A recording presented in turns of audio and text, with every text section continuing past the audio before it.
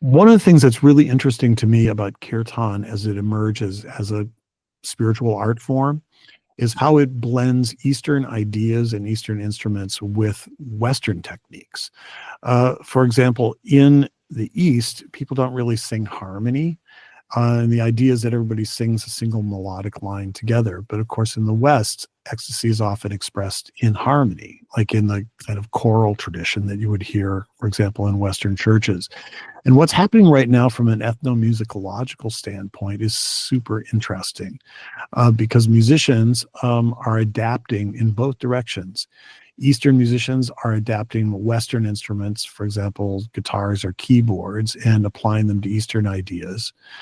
Western musicians are applying Eastern instruments like tabla and harmonium to to Western experiences. So there is something really cool going on from an ethnomusicological standpoint that kirtan is investigating.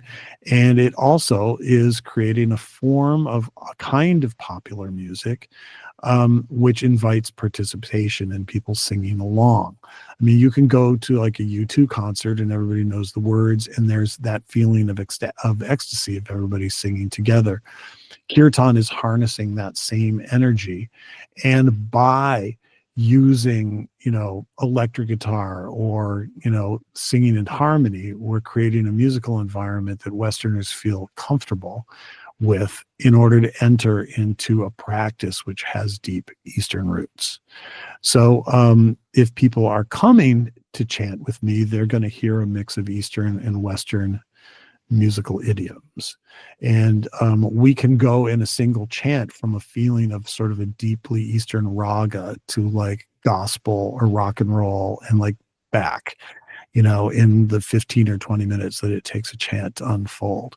So that's a really interesting thing that even if you don't know anything about yoga, but you like music, you might find fascinating.